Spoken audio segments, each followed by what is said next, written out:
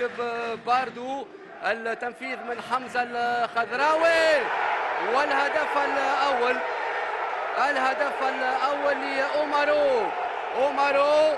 أومارو يتمكن من تسجيل الملعب التونسي، يفتتح النتيجة أومارو لصالح الملعب التونسي. أحداث الفارق للبقلاوة إثر كرة ثابتة ممتازة منفذة، والصعود لأومارو ياخذ الكرة قبل الحارس مميش، يتمكن من التسجيل.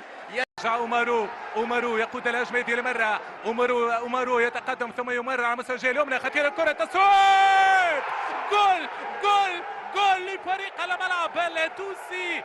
تصويبه رائعه، تصويبه من اجمل ما يكون لفريق الملعب التونسي. هذه المره مروان الصحراوي مدافع بخطه مهاجم، يضرب الكره أرضية تستقر في شباك من اللاميميش.